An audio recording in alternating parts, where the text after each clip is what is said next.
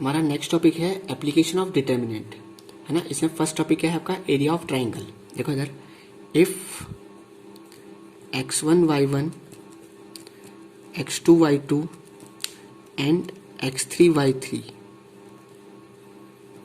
Are vertices of triangle, अगर ये क्या है, वर्टाइसेस हैं किसके, ट्राइंगल के, देन एरिया ऑफ ट्राइंगल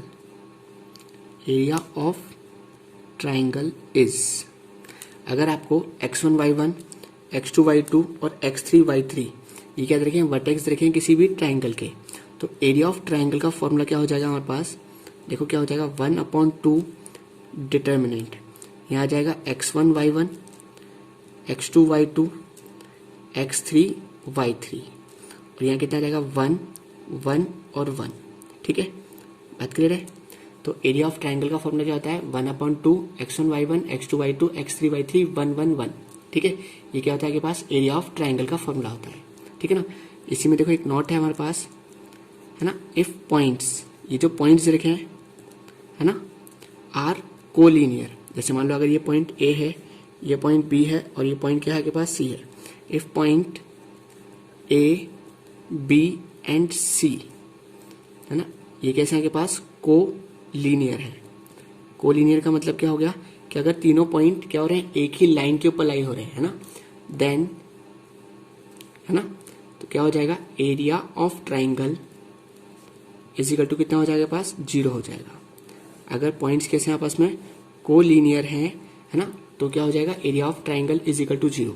तो देखो एरिया ऑफ ट्राइंगल का फॉर्मूला क्या था, बोलो, half x1 y1 x2 y2 x3 y3 और यहाँ क्या था, 1 1 1 इज इक्वल टू 0। ठीक है, बात क्लियर है। अब चाहो तो हाफ को, है ना, इधर ले जाओ, तो क्या आ जाएगा, x1 y1 x2 y2 x3 y3 1 1 1 is equal to 0। ठीक है, ये आप ऐसे याद कर लो, पॉइंट्स किस तरह के हैं, कोलिनियर रखें, तो area of triangle is equal to 0 और एरिया ऑफ ट्राइंगल का फॉर्मूला ये रहा। ठीक है, बात क्लियर है। ठीक है, अब देखो इधर हमारा नेक्स्ट टॉपिक है इसके अंदर, इसी के अंदर हमारा नेक्स्ट टॉपिक क्या है, हमें इक्वेशन निकालनी है किसकी, लाइन की, equation of line passing through 2 point, 2 point से पास होने वाली लाइन की मुझे क्या निकालनी है, इक्वेशन निकालनी है। ठीक है, बात क्लियर हो रही है। देखो यार, जैसे आपने बोला कि ये वाला जो पॉइंट है, यहाँ के पास ए पॉइंट है और यहाँ के पास बी पॉइंट है ना, इसके कोऑर्डिनेट देखें x1 y1, है ना, इसके कोऑर्डिनेट देखें x2 y2।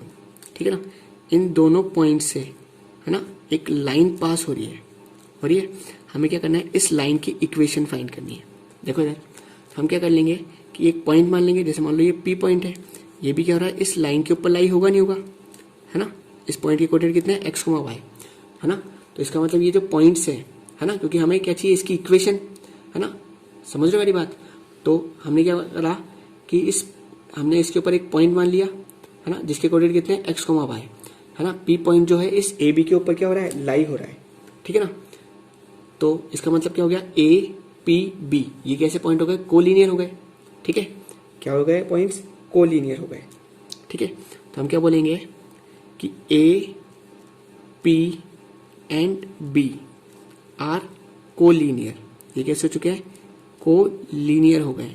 कोलिनियर के लिए क्या कंसेप्ट था, area of triangle is equal to 0। ठीक है ना, area of triangle is equal to 0 लगा दो। देखो एरिया ऑफ ट्राइंगल का फॉर्मूला, ठीक है ना, ये आपके पास x1 y1 ये x2 y2 और ये आपके लिए x3 y3 हो जाएंगे, तो क्या आ जाएगा, x1 y1 x y और ये क्या आ जाएगा, x2 y2। ठीक है, 1 1 1। ठीक है, और यहाँ पे क्या था आपके पास, हाफ इज इक्वल टू 0। ठीक है, तो आप इससे क्या कर लोगे, इसको सॉल्व कर, है ना, क्या आ जाएगी पास, एक इक्वेशन आ जाएगी। ठीक है, अब हमारा नेक्स्ट टॉपिक आता है solution of system of linear equation. ठीक है ना, आपको क्या दे रखी होगी, लीनियर इक्वेशन दे रखी होगी, है ना, और उसको आपको क्या करना है, सॉल्यूशन फाइंड करना है। तो देखो इसका सॉल्यूशन हम 2 तरीके से निकाल सकते हैं। पहला रूल होता है क्रेमर रूल, कौन सा था आपके पास, क्रेमर रूल। ठीक है, और सेकंड आता है के पास मैट्रिक्स मेथड। कौन सा आता है के पास? Matrix method. सॉल्यूशन जो है किसका? लीनियर इक्वेशन का। हम दो तरीके से फाइंड कर सकते हैं, एक तो किसकी हेल्प से निकाल सकते हैं? क्रैमर रूल की हेल्प से फाइंड कर सकते हैं, और एक किसकी हेल्प से फाइंड कर सकते हैं?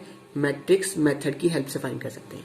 ठीक है, जैसे देखो यार, सबसे पहली समझ में आ रहा है क्वेश्चन टॉपिक क्या है आपका? सॉल्यूशन निकालना है आपको किसका? सिस्टम ऑफ लीनियर इक्वेशन, है ना। जैसे मान लो को लीनियर इक्वेशन दे रखी है के पास, जैसे मान लो a1x प्लस b1y, है ना, इज इक्वल टू c1। ऐसी दूसरी देखिए a2x plus b2y is equal to c2। ठीक है ना। अब इसका जो सॉल्यूशन है मैं दो तरीके से फाइंड कर सकता हूँ, एक तो किसकी हेल्प से फाइंड कर सकता हूँ? क्रैमर रूल की हेल्प से, और एक किसकी हेल्प से फाइंड कर सकता हूँ? है ना, मैट्रिक्स मेथड की हेल्प से। तो देखो सबसे पहले हम रूल समझ रहे हैं कौन सा? Cramer rule. फर्स्ट सीख रहे हैं कौन सा? Cramer's rule. ठीक है, देखो क्रैमर रूल में हम क्या करेंगे? डिटर्मिनेंट को यूज में की हेल्प से करेंगे। किसकी हेल्प से यूज करेंगे? डिटर्मिनेंट की हेल्प से करेंगे, है ना। देखो यार कैसे करेंगे? सबसे पहले देखो आगे पास इक्वेशन क्या थी? a1x plus b1y is equal to c1। दूसरी इक्वेशन क्या थी? a2x plus b2y is equal to c2। ठीक है, देखो यार सबसे पहले पूछ रहा हूँ डेल, यहाँ पूछ रहा हूँ डेल कितना हो जाएगा? देखो डेल, अगर हम डेल की बात करें, ठीक है ना, तो डेल का मतलब ये जो x और y है इनको उठा लो, a1 b1 a2 b2, क्या हो जाएगा आपका? Del a1 b1 a2 b2। ठीक है ना। अगर पूछो डेल x कितना होगा, देखो इधर डेल x का तरीका क्या है? जो आपके पास है ना, जो ये डेल x की बात कर रहे हैं हम, डेल x का मतलब क्या हो गया कि ये जो x वाले कोफिशिएंट है ना, इसकी जगह हम क्या लिख लेंगे? c1 और c2 लिख लेंगे। यहाँ पर क्या आ जाएगा? c1 c2 b1 b2। समझ गए? x के लिए है ना, इनको छुपा लो और इनको लिख लो, है ना। क्या आ जाएगा पास? बोलो c1 c2 b1 b2। ऐसे अगर मैं डेल y निकालना चाहूँ, क्या निकालना चाहता हूँ? डेल y, तो बोलो इसका तरीका क्या हो जाएगा डेल y निकालने का?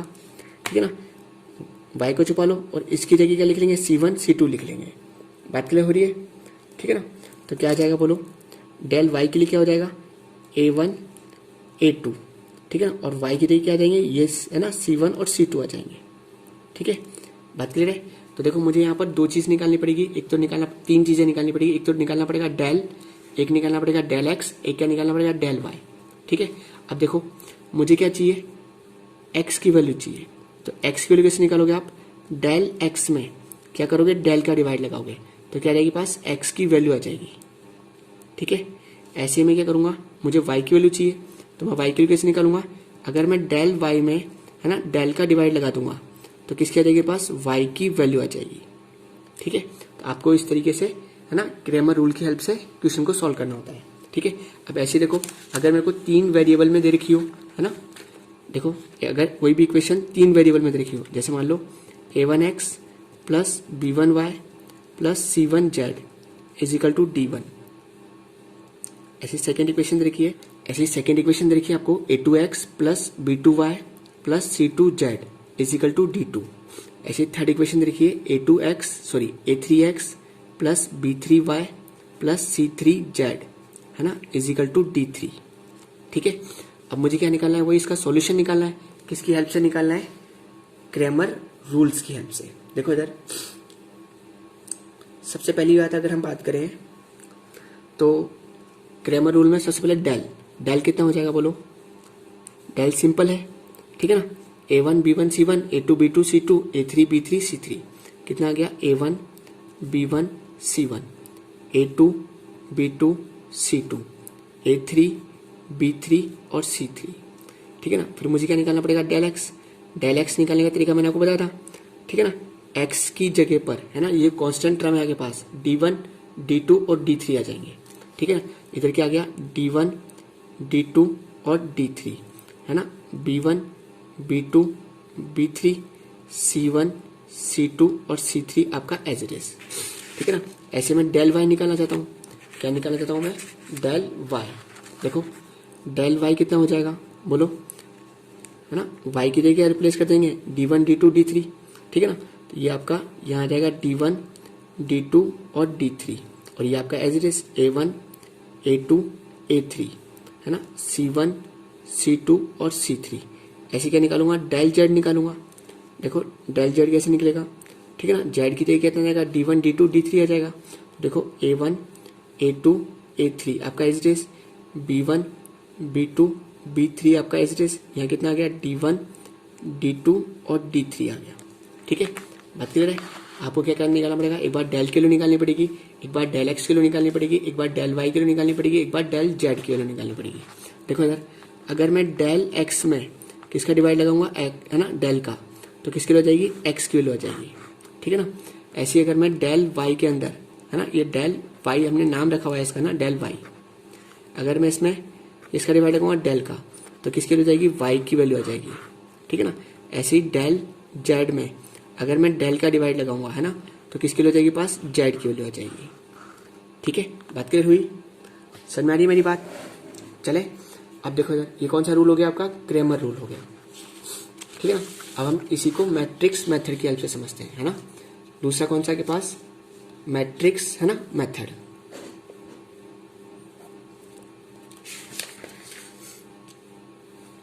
देखो इधर क्या है के पास, मैट्रिक्स मेथड।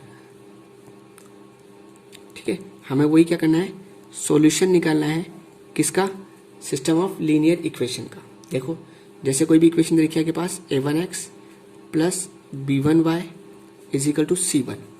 दूसरी इक्वेशन देखिए A2x plus B2y is equal to C2। सबसे पहले हम क्या करेंगे, इसको हमेशा किस फॉर्म में लिखेंगे, Ax is equal to B की फॉर्म में लिखेंगे। First we write the matrix in the form of Ax is equal to B।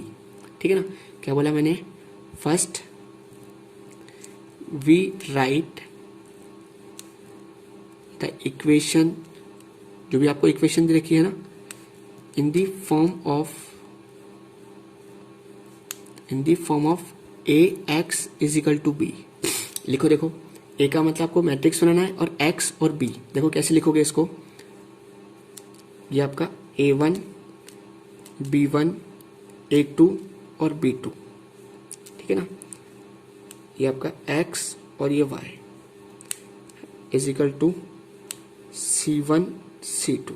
तो देखो आपने क्या कर दिया, सबसे पहले इसको किस फॉर्म में लिख दिया, Ax is equal to B। ठीक है, बात क्लियर है। अब आपका ये A है, ये आपका X है और ये आपका B है। ठीक है ना, बात क्लियर है, समझ गया बात।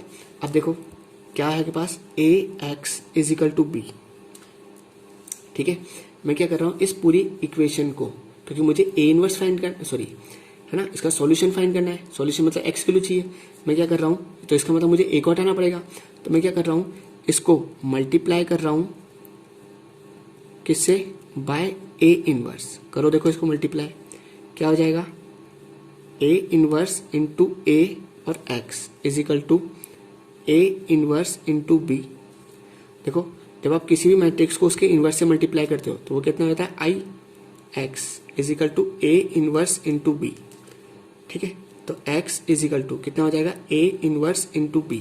कितना हो जाएगा पास, A इनवर्स इंटू B। ठीक है, बात क्लियर है। अब देखो वही तीन वेरिएबल में हो तो कैसे करोगे, जैसे मान लो A1x plus B1y plus C1z is equal to D1। दूसरी इक्वेशन देखिए A2x plus B2y plus C2z is equal to D2। ऐसी थर्ड इक्वेशन देखिए A3x plus B3y plus C3z is equal to D3।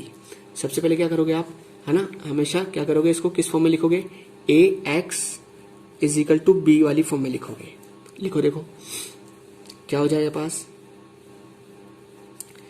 A1 B1 C1 A2 B2 C2 A3 B3 और C3, है ना, X Y और Z is equal to D1 D2 और D3। ये क्या है आपका, A है, ये आपका X है और ये आपका B है। ठीक है, तो आपने क्या कर दिया, इसको किस फॉर्म में लिख दिया, Ax is equal to B की फॉर्म में लिख दिया है।